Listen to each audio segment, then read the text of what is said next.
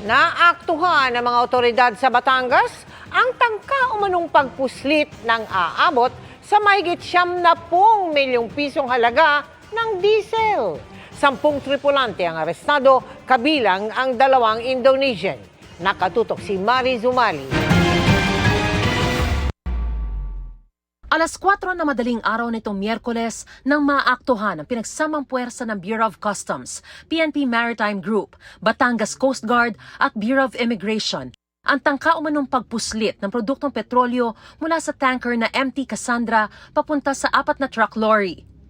Laman daw ng tanker ang 1.8 million liters ng diesel na aabot sa 95 million pesos ang halaga. Upon accosting the captain, he was not able to present necessary documents like the DOE certificate na kung saan he's authorized to unload yung mga petroleum products. When he docked dito sa Batangas Port, he was not able to present vessel registration ng Marina. Hindi bababa sa 10 tripulante ng barko ang arestado, kabilang ang 2 Indonesian national. If they are really working, meron ba silang working visa? Kasi they are working under the Philippine career. Filipino may-ari nitong vessel na to.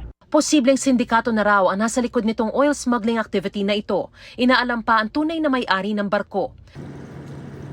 Mayroon na rin daw 2 lugar na tinukoy ang mga otoridad kung saan inisyal na naglilipat ng produktong petrolyo sa laot bago dalhin sa mismong port.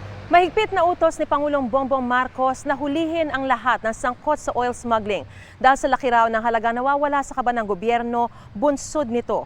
Kaya binuo na rin daw ang Special Task Group Omega para tutukan ang ganitong mga krimen. Kasalukuyan nasa kustodiya ng BOC ang mga arestadong tripulante habang hinihintay na ma-enquest sila sa piskalya.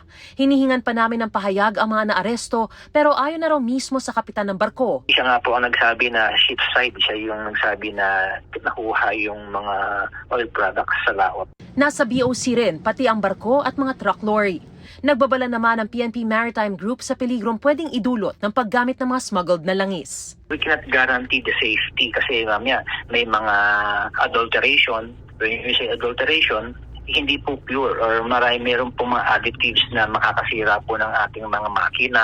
Para sa GMA Integrated News, Mariz Umali, Nakatutok, 24 Oras.